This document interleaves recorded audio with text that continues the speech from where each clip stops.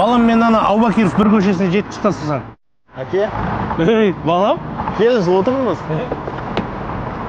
Баламна машина кімдікі? Кейін айтып беремін, әке. Кредитке алдың ба? Әке, сіз білесіз ғой, мен мүлдем кредитке алмаймын. Көптен бері кәсіппен айналысып жүрмін. Құрт сатып жүрмін. Содан кішкене пайда түскен. Бұл машинаны ұстазыма сыйлыққа алдым. Жақсы екен.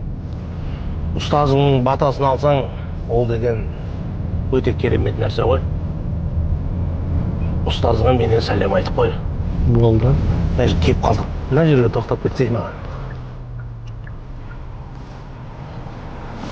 Балам, ісің берекелі болсын. Әмин, әке.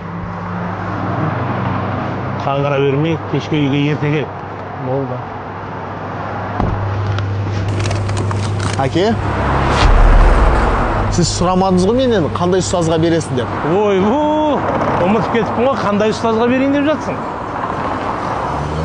Маған жүруді үйреткен, маған сөйлеуді үйреткен, бар махаббатын салып, мен өсірген әкешім, сіз ғой мен ең бірінші ұстазым. Бұл машинаны сізге алдым, әкешім.